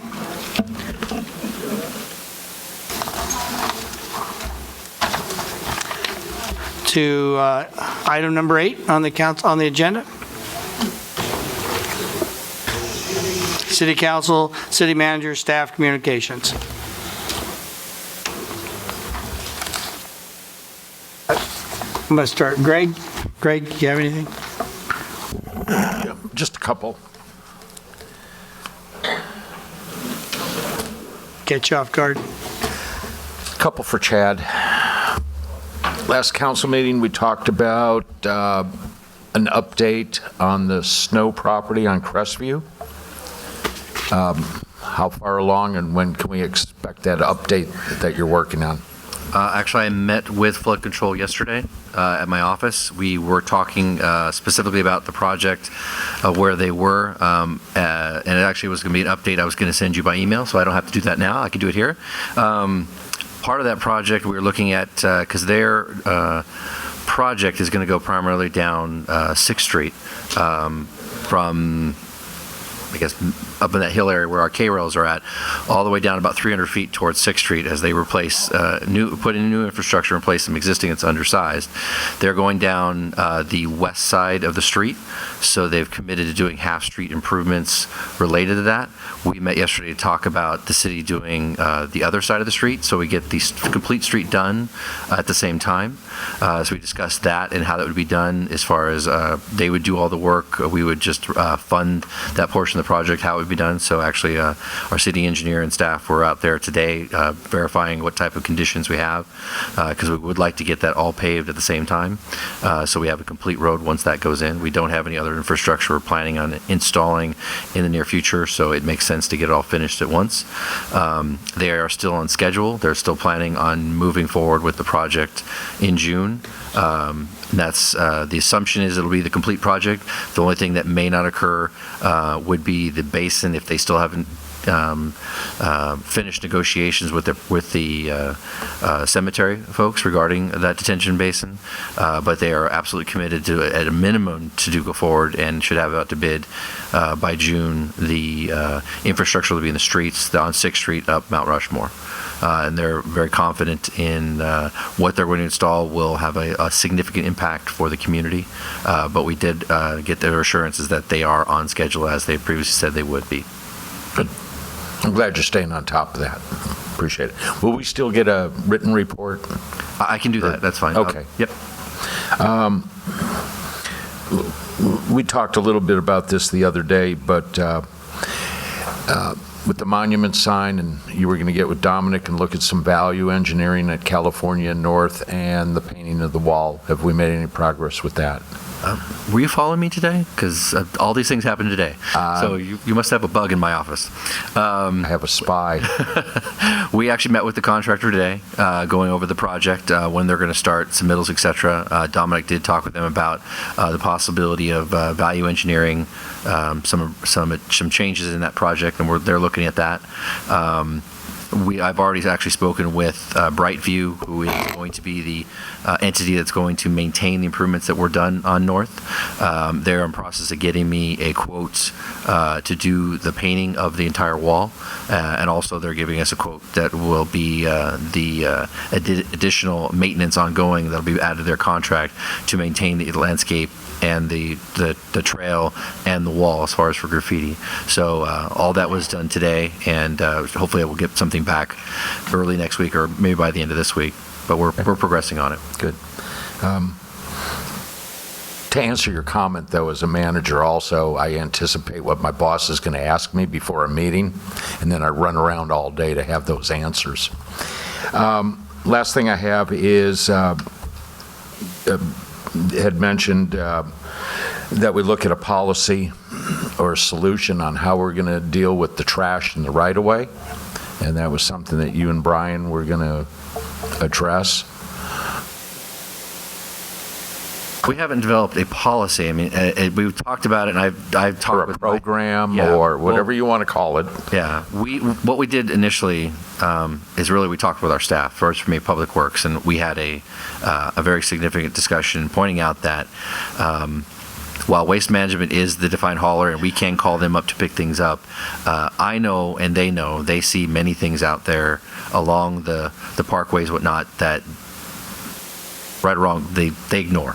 They make it somebody else's problem. So we re-emphasize to them that it is their responsibility. This is their house. They work here.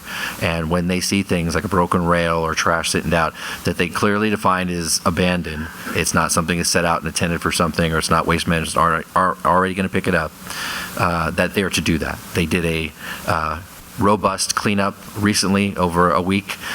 Terry had them out there just cleaning and picking materials up. I even got a message from Glen of Waste Management indicating that our bins were too full and overweight and asked them to not do that. So they did quite a bit. And in addition to that, we did talk with code enforcement to talk about that process, because it's really, in some of that aspect, is code enforcement involved in citing the resident if they're leaving material out at the curb. But we're also talking about that process and we're trying to develop maybe some flyers, some handouts that we can hand to try to be passively aggressive and not just hit everybody with a citation that they have to pay. And that process of how we do that, whether that's public works staff just either tagging the materials that are out there so they see there's something on there, hopefully they pay attention, or putting it on the doorstep. So making them aware and providing information about waste management, what they do. If you have already called them and you're putting it out too early, you need to pull it back on your property and then put it out on the day it's dumped. So we're looking at passive aggressive ways that we can provide information, but also maybe convince people not to place materials out in the street. So we haven't developed a policy. I've certainly tried to step up the administrativeness of getting my staff to do more than they have. But at the same time, working with staff, i.e. code enforcement, to help us in that process.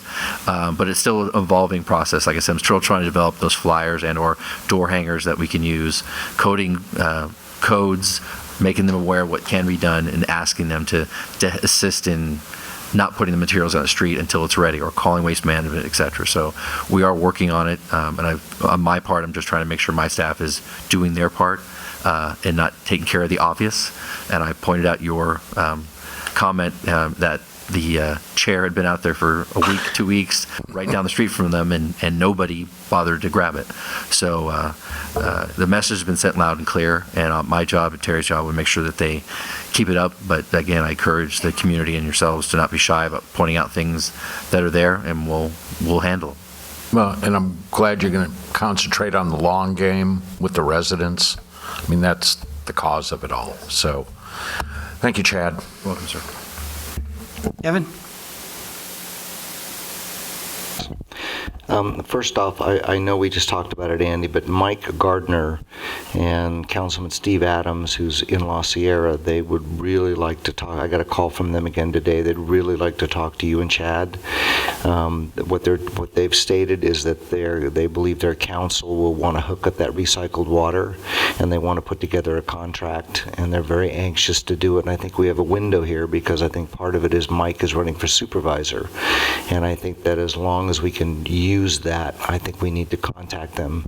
I know Andy has the number.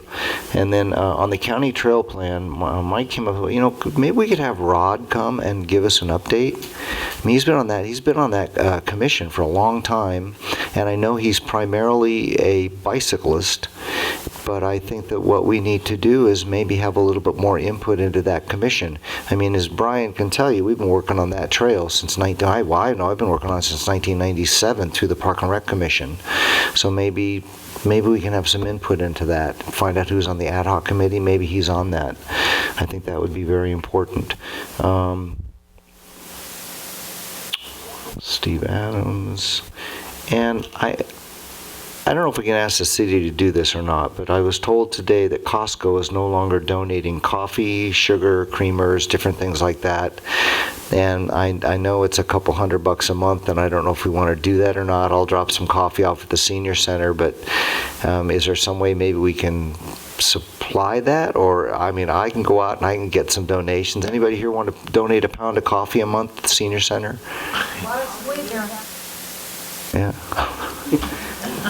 Yeah, Costco, I think, has come up with some new policies. I think you have to send a letter. Right. and Well, you no, have to they're wait. now donating to they're donating to Harvey over here, his group.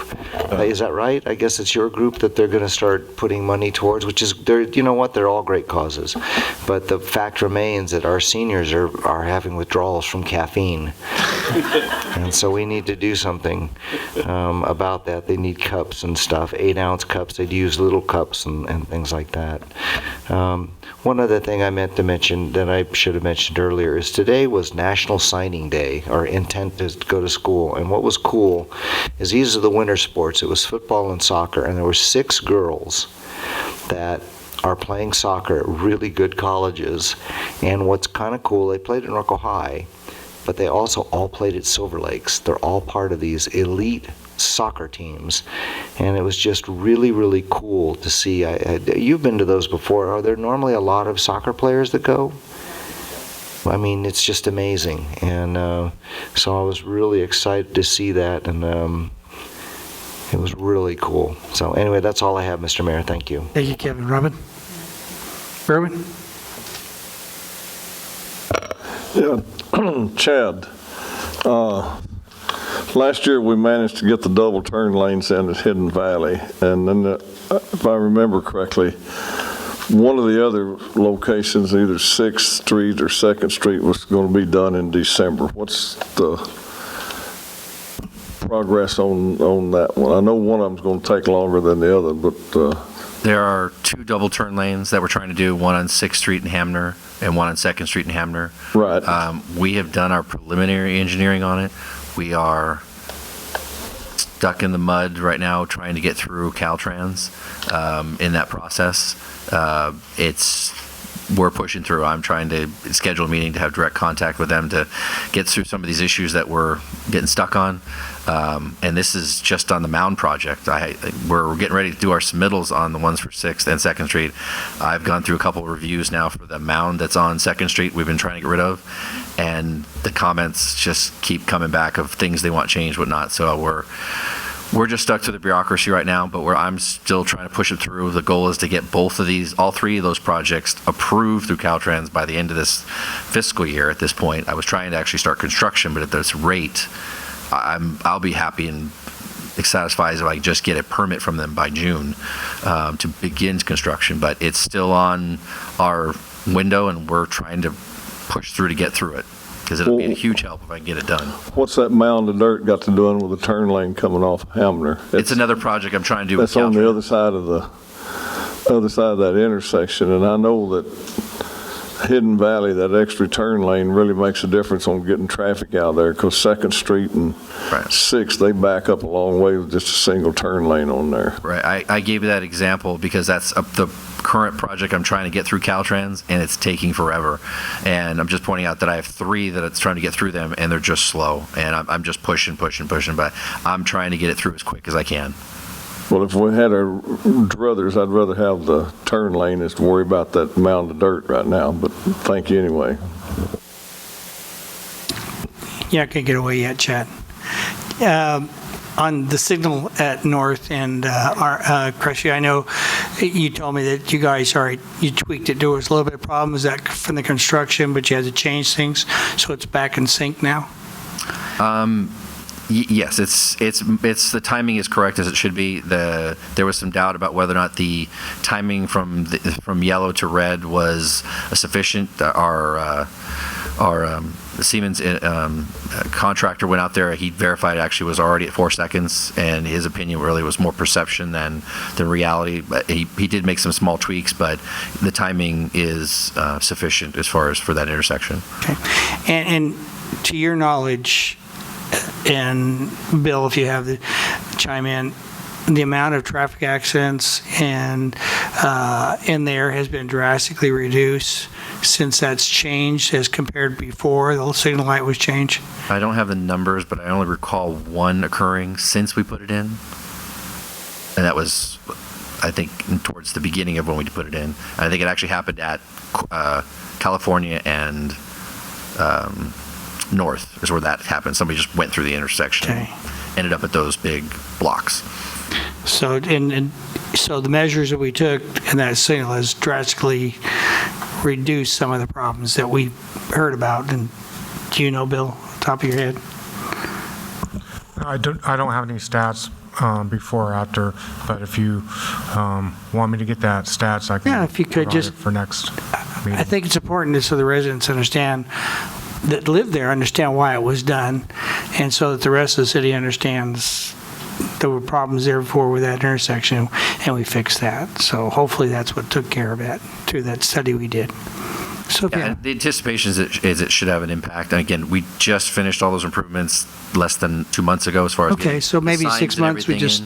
But now we have landscape, so all that's been added should be should help provide some meaningful impact of narrowing that road, hopefully slowing people down. Okay, all right. And then I know it's been almost a year since we approved the traffic officer, and I'll throw it back at you. Do we have any idea when that position's ever going to get filled? I actually don't. It's up to our administration and just getting the manpower. Okay, so we're still in that limbo? Yes, sir. Yeah, all right. And breakfast Saturday morning, right? Senior Center, Seniors and Pets? Thank you. All right. And Andy, do you have anything? Nothing. John? Nope. All right. Cheryl, anything? Matt? Thank you. Keeping us lined up here. Chad, any more? Real quick, I did want to highlight, we had the STUC committee meeting on Monday. It was a very long meeting, got about 11, but it was very successful as far as trying to accomplish the major tasks that were highlighted and encouraged by the council to do. One mentioned already is completion of the update to the urban forest specifications. That will be a go a long way as far as how we're going to maintain our urban forest, and all especially replantings, how they'll be done, etc. So that was a good thing to get done, and that'll be coming back to you for review and hopefully receive and file and any comments you may have regarding changes. So I appreciated that subcommittee pushing through that. The other two items, which are very important, which they still need to be finalized by the STUC committee, but we're literally at the precipice of being done, is modifying our trail map so that we currently have the current inventory of the trail system that we have, and in indicating what types of trails, whether it's an engineered / bridle trail or soft shoulder or backyard trail. Our map isn't just going to show a line going anywhere. It'll actually tell people what kind of trail. In addition to that, it will include the Santa Ana River trails, the trails that are up in the Norco Hills, the turnouts, etc. So there was a lot of work put in by the commission to review that, give feedback, a lot of heavy discussion for and against certain trails and classifications being removed, added, etc. So I do appreciate the work from the commission to do that. And then along that, which is the more important document to me, was completion of the maintenance plan for the trail system, as far as how we're going to maintain the trails, in what fashion, what the degree of that maintenance will be, because I will use that once it's finally adopted by them and provided by council to review, will be my backbone to determine the actual costs to maintain the trail system that I'll bring forward to this council requesting money. That'll be the big thing, because I can now show you what we have on a map, I can show you the plan, and I can put dollars to that to explain what we need in order to achieve that plan. And hopefully, at that point, council will be able to determine how or what we need to do to get those funds so we can start maintaining the trail system to the standards that the community wants. So again, a lot of work's been done over the last 4 months to get to this point, and I do appreciate the subcommittee's hard work on getting us there. Thank you. Steve? Brian? Gina?